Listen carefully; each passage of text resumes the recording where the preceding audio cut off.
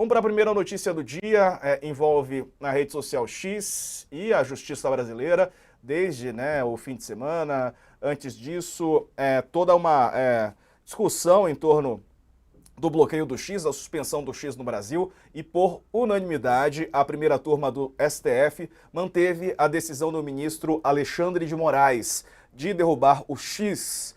Eu ainda chamo de Twitter.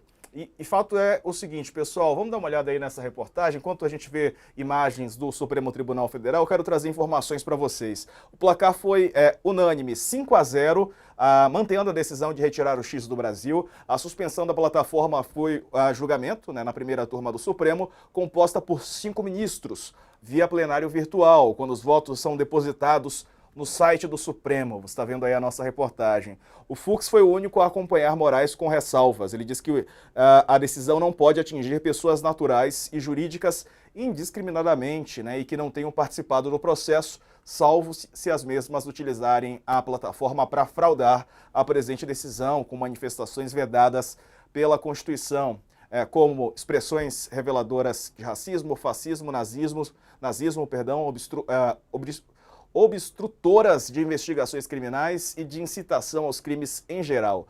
O ministro Flávio Dino disse que o X não pode prevalecer sobre a Constituição brasileira. Zanin também falou sobre isso, disse que as decisões não cumpridas pelo X são algo extremamente grave, esse não cumprimento é algo extremamente grave, e Carmen Lúcia também votou com o relator.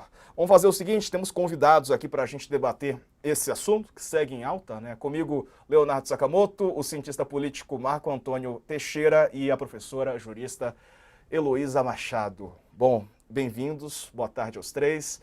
Bom, vou começar com a professora Heloísa Machado.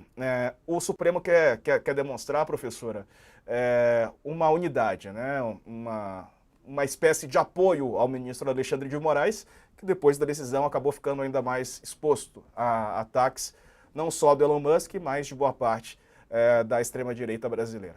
Boa tarde. Boa tarde, Diego. É um prazer estar aqui com vocês. A gente está falando de algo que está previsto no regimento do Supremo Tribunal Federal. Então, as decisões elas precisam ser referendadas, as decisões liminares, pelos colegiados do Supremo Tribunal Federal. Aqueles processos que são de competência das turmas precisam ser referendados pelas turmas.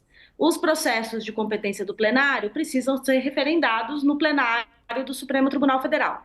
Então a gente teve, vamos dizer assim, um desenvolvimento, um desdobramento natural da decisão, e o placar de 5 votos favoráveis ao relatório de Moraes, com a ressalva apenas do ministro Luiz Fux, mostra que há uma compreensão bastante comum entre os ministros de que, de fato, se está aplicando corretamente a legislação no caso da suspensão do X em todo o território nacional.